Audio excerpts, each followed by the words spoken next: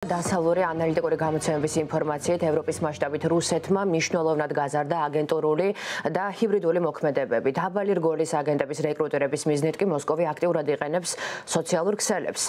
Euronews Georgia-ს სამხედრო მიმომხილველი გიორგი თუხარელი მუშაობდა თემაზე და სწორედ ის შემოგვიერთდება პირდაპირ ეთერში. გიორგი, თავდაპირველად ავხსნათ კონკრეტულად რა ინციდენტებზეა საუბარი და რომელ ქვეყნებში შეინიშნება განსაკუთრებით კრემლის გააქტიურება. ამ კუთხით ძალიან საინტერესო კვლევა გამოაქვეყნა Associated Press-მა და ეს მედია გამოცემა საუბრობს სწორედ იმ ქვეყნებზე ევროპაში, რომელ ქვეყნებშიც გააქტიურდა ბოლო პერიოდში რუსული სადაზვერვო სხვადასხვა ინციდენტები, რომელიც არაპირდაპირად მტკიცებით შეიძლება ვერ იყოს ნათქვამი, მაგრამ დიდი ალბათობით ეჭვმიტანილია ამ შემთხვევაში რუსეთის დაზვერვა და რუკას თუ შევხედავთ, ძირითადი აქცენტი ასეთი ტიპის ქმედებების არის ცენტრალურ და აღმოსავლეთ ევროპის ქვეყნებზე. ეს არის გადანაწილებული, ასე ვთქვათ, ასეთი აქტივობები სხვადასხვა ტიპის შინაარსის არის და აქ არის ვთქვათ, ცეცხლის გაჩენა, არის მაგალითად სხვადასხვა პრორუსული ჯგუფების მიერ წახალისებული გამოსვლები, მიტინგები, ასევე სხეულის დაზიანების შემთხვევები და რომ ვნახოთ, ვთქვათ, რაოდენობა ძირითადად მოდის, როგორც ვხედავთ, ცენტრალურ ევროპაზე და ასევე აღმოსავლეთ ევროპაზე, თუმცა არის ისეთი ქვეყნები, როგორც არის მაგალითად ესპანეთიც, დიდი ბრიტანეთიც, ბულგარეთი და რუმინეთიც. და ყველაზე მნიშვნელოვანი და საინტერესო ფაქტი ის არის, რომ როდესაც დასავლური გამოცემები საუბრობენ, რომ ევროპაში ასეთი მომრავლებულია ფაქტები, რომელიც არაპირდაპირ დაკავშირებულია რუსულ დაზვერვასთან და აგენტურულ საქმიანობასთან, იმ ქვეყნებში, სადაც კონტრდაზვერვის სამსახურები საკმაოდ ძლიერია, მასშტაბი იმ ქვეყნებში, სადაც არ არის ასეთი ძლიერი კონტრდაზვერვის სამსახურები და არის რუსეთის სამიზნე, შეგვიძლია ვივარაუდოთ თუ როგორი მასშტაბური იქნება იქ რუსული სპეცსამსახურების მოქმედება. და ისიც საინტერესოა, აი რა არის რუსული აგენტურის სამიზნე, მთავარი სამიზნე ევროპაში. ამ შემთხვევაში მეორე კვლევით ორგანიზაციის მონაცემებს გაგაცნობთ, ეს არის სტრატეგიული და საერთაშორისო ურთიერთობების ცენტრი, ამერიკული ცენტრი. ამ კვლევის ცენტრის მიხედვით, ესე იგი, ძირითადი სამიზნეები არის ტრანსპორტი, მთავრობები არის ევროპაში ერთ-ერთი სამიზნე, სხვადასხვა ჰიბრიდული მოქმედებების, კრიტიკული ინფრასტრუქტურა, მრეწველობა, ეს არის ძირითადი მაჩვენებელი და რაოდენობებსაც თუ გადავხედავთ, ეს არის ინციდენტები 2022-დან 25 წლამდე, ძირითადად ტრანსპორტის მიმართულებით არის ეს ინციდენტები დაკავშირებული, ასევე მთავრობა განიცდის ხშირ შემთხვევაში, ესე ვთქვათ, სამიზნე მთავრობა ექცევა ქვეყნების და აქვე არის ძალიან საინტერესო თუ რა მეთოდებს და რა იარაღები არის გამოყენებული ესეთი შეტევების დროს. იგივე კვლევითი ორგანიზაცია აღნიშნავს, რომ გამოყენებულია დიდწილად გამოყენებული იყო ფეთქებადიან ცეცხლგამშენი საშუალებები, ასევე ბლაგვიან ბასრისაგნები, ელექტრონული შეტევა, არის ისეთი შემთხვევები, რომლებიც უცნობია და მიგრანტთა ტალღები, ვთქვათ, საზღვრისპირა რეგიონებში, ასევე საინტერესოა, რომ ეს კვლევა მოიცავს ასევე დრონებით ინციდენტსაც და როდესაც ამ თემებზე ვსაუბრობთ, ყოველთვის ჩნდება კითხვა, თუ ვინ ახორციელებს ასეთ შეტევებს ევროპულ ქვეყნებზე, ჰიბრიდულ მოქმედებებს. და აქ კიდევ ერთ-ერთი კვლევა მომზადებული, რომლის მიხედვითაც ასეთი ვარაუდი არის გამოთქმული, თუმცა საკმაოდ საფუძვლიანი ვარაუდი, რომ რუსეთი დაბალი რგოლის აგენტებს ქირაობს სწორედ იმ მიზნით, რომ მათ შეძლონ ეს აქტივობები განახორციელონ. და ამ პროცესში, როგორც აღნიშნე, გამოიყენებენ რუსები სოციალურ ქსელებს. და ამ საკითხებზე ჩვენ ვესაუბრეთ საქართველოს დაზვერვის სამსახურის ყოფილ ხელმძღვანელს და მოდით ვნახოთ ეს ინტერვიუ. როგორ მოქმედებს რუსული დაზვერვა, კრემლის აგენტურული ქსელი და რეკრუტირება. ასევე უსაფრთხოების გამოწვევები, რომელიც დაკავშირებულია იმ პერიოდთან, იმ პროცესთან, რადგანაც რუსეთი აქტიურად აწარმოებს ჰიბრიდულ მოქმედებებს.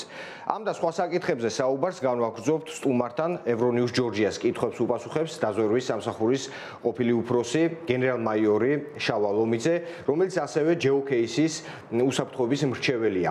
მოგესალმებით ბატონო შავა, დიდი მადლობა მადლობა რომ მონაწილეობთ ჩვენს გადაცემაში. მადლობა ინტერესისთვის. ბოლო პერიოდში აქტიური საუბარი მიმდინარეობს იმასთან დაკავშირებით ევროპაში, რომ რუსეთმა გააქტიურა დაბალი რგოლის აგენტურული ქსელი ევროპის მასშტაბით და რეკრუტირებისას კრემლი იყენებს სხვადასხვა სოციალურ ქსელს. ასე მაგალითად, მაყურებელს და თქვენ შეგახსენებთ, რამდენიმე დღის წინ იყო ასეთი შემთხვევა, როდესაც ერთ-ერთ სოციალურ ქსელში გავრცელდა მიმართვა საქართველოს მოქალაქეების მიმართ და რუსეთი საკმაოდ მაღალი ანაზღაურების სანაცვლოდ საქართველოს მოქალაქეებს უკრაინის წინააღმდეგ ომში ჩართვისკენ მოუწოდებდა.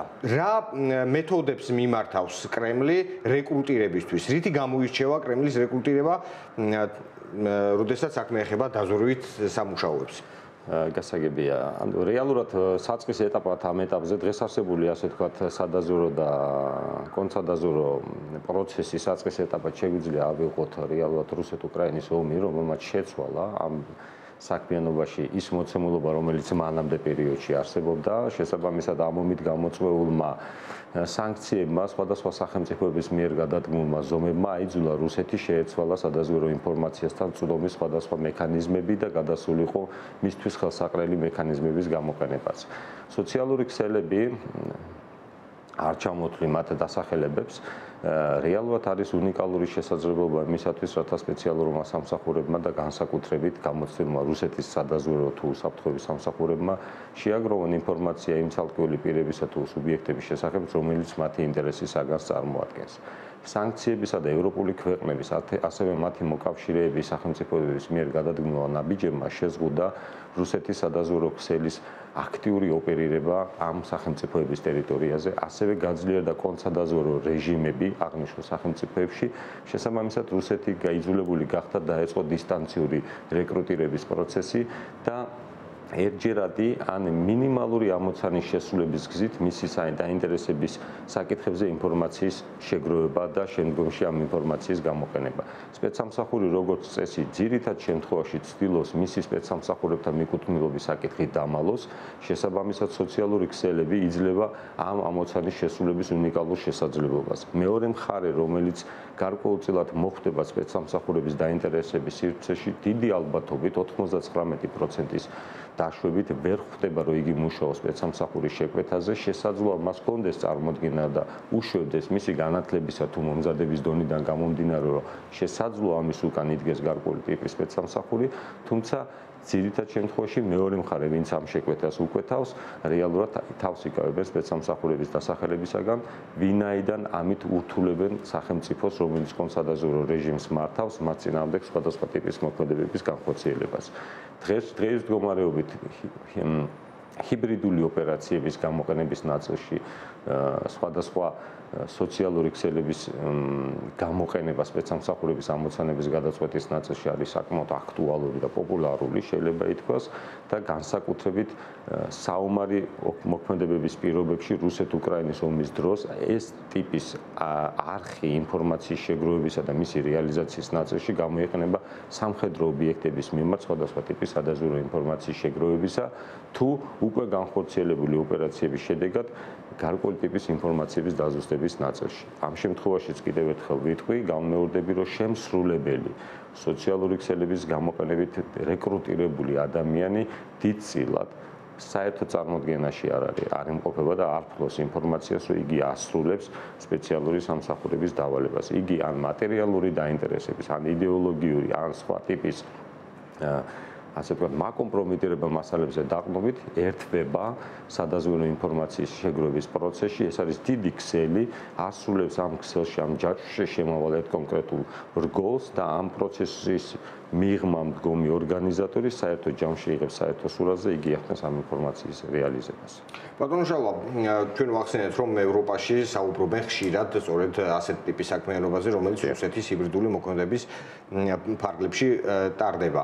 ასევე კვლევითი ორგანიზაციები აღნიშნავენ, რომ არაერთი ფაქტი არის დაფიქსირებული, რომელიც მტკიცებით არ ამბობენ, რომ ეს არის რუსული სპეცსამსახურების მოქმედარი, თუმცა დიდი ალბათობით, მაღალი ალბათობით ეს არის დაკავშირებული რუსულ სპეცსამსახურებთან. როდესაც ევროპაში, სადაც ასე ვთქვათ, საკმაოდ მოძლიერი არის სპეცსამსახურების და კონტრდაზვერვითი საქმიანობა, საუბრობს, რომ გახშირებულია ევროპაში ასეთი შემთხვევები, ამ ფონზე საქართველოს რამდენად მოწყვლადი არის რუსული დაზვერვისთვის და კონკრეტულად რა ჯგუფები შეიძლება იყოს უფრო მეტად მოწყვლადი და რა მეთოდები შეიძლება იყოს გამოყენებული მათი იმ მიზნისთვის, მათ წინააღმდეგ იმ მიზნისთვის, რომ იმუშაონ რუსეთის დაზვერვის სასწავლებლად. თანამდებობით შეიძლება ითქვას, რომ საქართველოს არის უნიკალური სივრცე დღეის მდგომარეობით რუსეთის სადაზვერვო თუ სხვა ტიპის სპეცსამსახურებისათვის. მე ვიტყოდი ერთ რამეს, რაც ჩემი თქვა წარსული საქმიანობიდან შემიძლია ვთქვა, რომ საქართველოსთან მიმართებაში, ზოგადად ამ რეგიონთან მიმართებაში განსაკუთრებული მომეტებული ინტერესი ჰქონდა რუსეთის უსაფრთხოების ფედერალურ სამსახურს, ეს ეგრეთ წოდებული FSB და სამხედრო დაზვერვის მთავარ სამმართველოს. ისინი ოპერირებდნენ განსაკუთრებულად აგრესიულად ჩვენი ქვეყნის ტერიტორიაზე. დღეის მდგომარეობით ალბათ თუ გავიხსენებთ რუსეთის დაზვერვის სამსახურის ხელმძღვანელის ბოლო პერიოდში გაკეთებულ განცხადებებს საქართველოსთან მიმართებაში, შეგვიძლია დაუშვათ, რომ მათ შორის ამ პროცესში ჩაერთო რუსეთის დაზვერვის სამსახურიც. საქართველოსში არსებული მოცემული სიტუაცია რუსეთს აძლევს კარგ შესაძლებლობას იმისათვის, რომ განახორციელოს როგორც მოკლევადიანი ერთჯერადი, ასევე გრძელვადიანი პერსპექტივაზე გათვლილი სადაზვერვო თუ უსაფრთხოების ოპერაციები.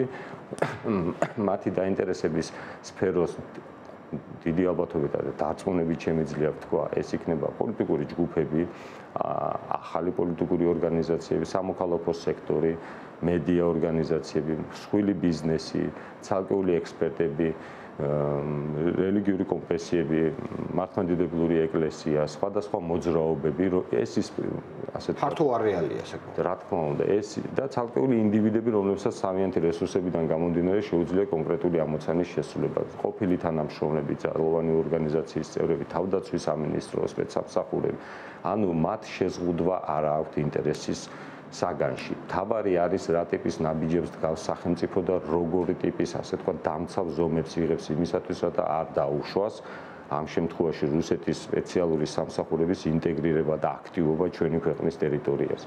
ამ მიზნით ეფექტიანად და აქტიურად უნდა იმუშაოს სახელმწიფო უსაფრთხოების სამსახურმა, სადაც არსებობს კონდაზვერის დეპარტამენტი, რომლის პირდაპირ ამოცანა არის და იგი არის პასუხისმგებელი სახელმწიფოში კონსადაზვერო სისტემის შექმნაზე და მის მართვაზე და იგი აქტიურად უნდა თანამშრომლობს ამ მიმართულებით, მათ შორის თქვენს მიერ ნახსენებ დასავლეთ პარტნიორებთან, რომელთაც აქვთ კარგი გამოცდილება, ცოდნა და რესურსი, რომ დახმარება გაუწიონ საქართველოს უსაფრთხოების სისტემას რუსეთიდან მომდინარე გამოწვევების წინააღმდეგ შესაბამისი ზომების მიღებაში. ბატონ შალვა, თუ არის რაიმე ნიშნები, რითიც შეგვიძლია ვთქვათ ძალსახად, რომ რუსეთის მტრული სადაზვერვო საქმიანობა მოქმედებს საქართველოში. აი კონკრეტული მაგალითი რა შეიძლება იყოს ამის დასახელებული, რომ ასე ვთქვათ წარმატებული ოპერაცია თუნდაც ქვეყნის წინააღმდეგ. ჩვენ გადავდგით ნაბიჯები, რამაც შეზღუდა ჩვენი შესაძლებლობა ევროპულ ოჯახში ინტეგრაციისათვის. დარწმუნებით შემიძლია ვთქვა, რომ ეს იყო მათ შორის რუსეთის სპეცსამსახურის ინტერესი, რათა საქართველოს შეშლოდა ხელი ევროპულ ოჯახში ინტეგრაციისათვის. გამქრალიყო დიალოგი და გამქრალიყო კომუნიკაციაში პარტნიორებთან ურთიერთობის დროს ოკუპაციის პრობლემა. არ ყოფილიყო ამაზე აქტიური საუბრები, შექმნილიყო ხელსაყრელი პირობა ჰიბრიდული ამოცანების გადაწყვეტისათვის.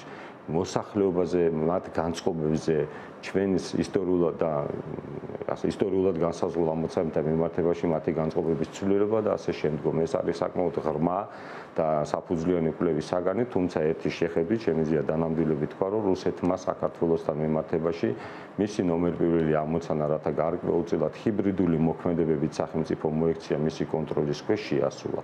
აქედან გამომდინარე ამოცანები, საკითხები, რომლებიც მოიცავს ამ დიდი ამოცანის შესრულებას, ნელ-ნელა დაიჭრიტება და გამოჩნდება რეალურად რა მექანიზმებით, რა ადამიანებით, რა რესურსებით იქნა გამოყენებული. და ბოლოს რომ შევაჯამოთ, რა უსაფრთხოების გამოწვევების წინაშე დგას საქართველოს იმ მოცემულობაში, როდესაც აქტიური არის რუსეთის აგენტურული საქმიანობა მთელ მსოფლიოში, მე არ ვიტყოდი კონკრეტულად ამიერკავკასიას. ფაქტია, როდესაც რუსეთის ფედერაციას ეძლევა შესაძლებლობა განახორციელოს მის წინაშე არსებული მოკლევადიანი თუ გრძელვადიანი სტრატეგიული ამოცანები საქართველოსთან მიმართებაში, ამ შემთხვევაში საქართველოს იძულებულია გადადგას კონტრზომები. კონტრზომების გადადგმა ასეთი დიდი მოთამაშის წინააღმდეგ ინდივიდუალურად ადგილობრივი რესურსებით პრაქტიკულად შეუძლებელია.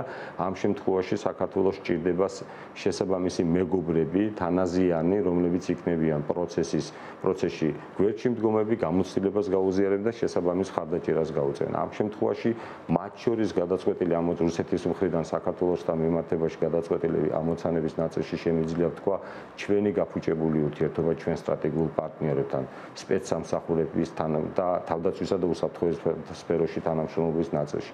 ერთ-ერთი მიზანი ესეც მიღწეული იქნა. რა უნდა გააკეთოს საქართველოს?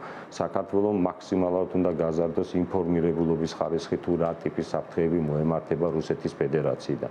რა შედეგი მიიღო ამ საფრთხეებთან, რა შედეგი დაგვიდგა ამ საფრთხეებთან დაკავშირებით და რა შესაძლო განვითარებებს შეიძლება ჰქონდეს ახლო მომავალში ადგილი. უნდა ვითანამშრომლოთ ჩვენს დასავლელ პარტნიორებთან და მაქსიმალურად გავზარდოთ ქართული საზოგადოების ინფორმირების ხარისხი იმ პრობლემატიკის წინაშე, რომლის წინაშეაც დღეს აღმოჩნდა ჩვენი სახელმწიფო უსაფრთხოების. და თუ ეს ასე არ მოხდა? და თუ ეს ასე არ მოხდა, გაცილებით გაიზრდება ჩვენი პრობლემები და მიანიშნებს უკვე ქვეყნის შიგნით გარკვეული ჯგუფების ინტერესზე იმასთან დაკავშირებით, რომ ისინიც შესაძლოა გარკვეულწილად იზიარებდნენ ან ვერ უწევდნენ წინააღმდეგობას რუსეთის ფედერაციიდან მომდინარე სადაზვერვო თუ უსაფრთხოების ინტერესებს.